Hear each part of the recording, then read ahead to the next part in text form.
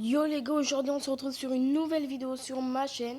Aujourd'hui cette vidéo elle est un peu particulière, c'est l'épisode, c'est la partie 2 d'une de mes vidéos que j'ai déjà fait. Essayez de deviner, je vous laisse quelques secondes. Ok, c'est bon. Ok. Aujourd'hui on se retrouve pour une nouvelle vidéo pour un nouveau tuto. Comment faire des bonnes vidéos YouTube. Je me suis rendu compte que ma dernière vidéo sur ce type de tuto n'était pas complète. En fait, elle s'agissait juste de comment bien poster la vidéo. Ok, on va commencer. Tout d'abord, pour faire des bonnes vidéos YouTube, vous devez d'abord trouver le concept. Ok, reprenons. Le concept, c'est l'une des choses la plus importantes car c'est ce qui constitue votre vidéo. Si vous n'avez pas de concept, vous n'avez pas de vidéo, moi je vous conseille vraiment de prendre un cahier et vous écrivez à part l'histoire, le but de votre vidéo, le concept de la vidéo, vous écrivez tout à part. Vous écrivez vraiment tout à part dans un cahier et puis lorsque vous avez fini, vous pouvez débuter votre vidéo. Ok, considérons que vous avez déjà trouvé le concept de votre vidéo. Comment faire la vidéo, comment captiver les viewers pour qu'ils restent sur votre vidéo.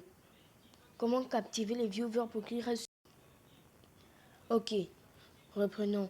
Les conseils que je vous donne vraiment, c'est d'arrêter de faire certaines petites choses dans vos vidéos. Lorsque vous faites une vidéo, arrêtez de faire euh, euh, c'est juste chiant et ça lasse vite les viewers sur vos vidéos.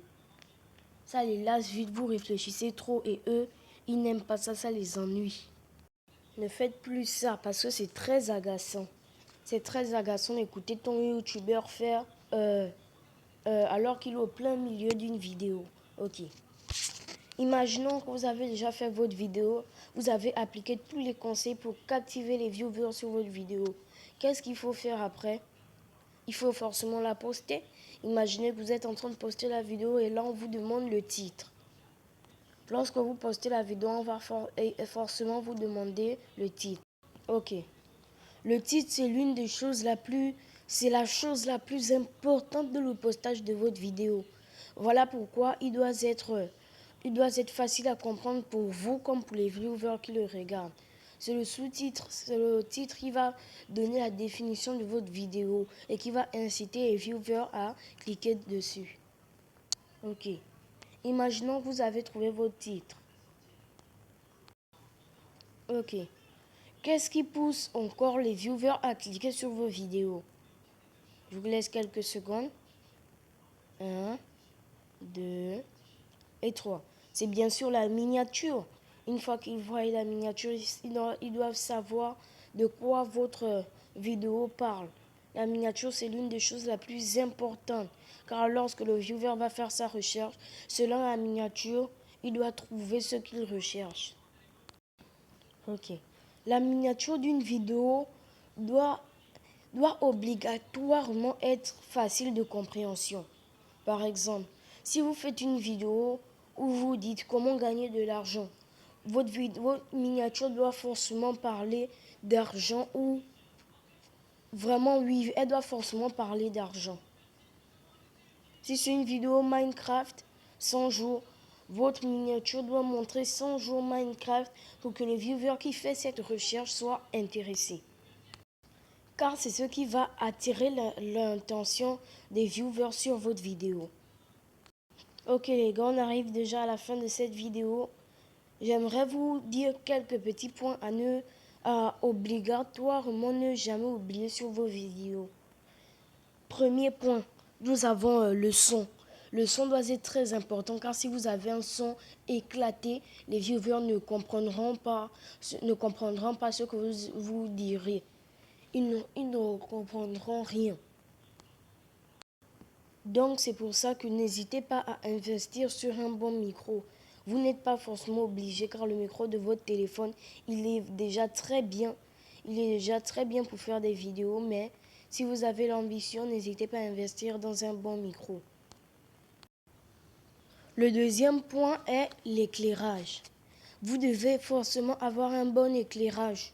Comme certains youtubeurs, ils utilisent des lampes qui éclairent leur visage pour qu'on puisse bien voir leurs expressions lors de leurs vidéos.